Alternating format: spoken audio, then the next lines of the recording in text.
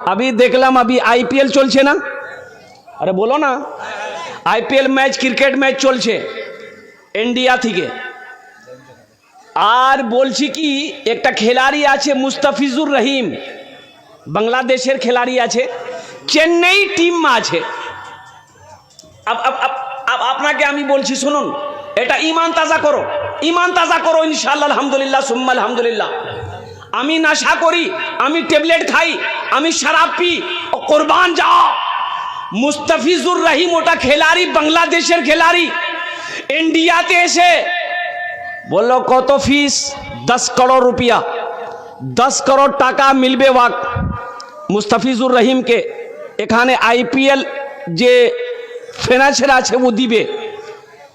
বলো ঠিক আছে, সাইন হয়ে গেল, কিন্তু এটা লিবাসটা পহনতে হবে, আপনাকে ওড়তে হবে লিবাস।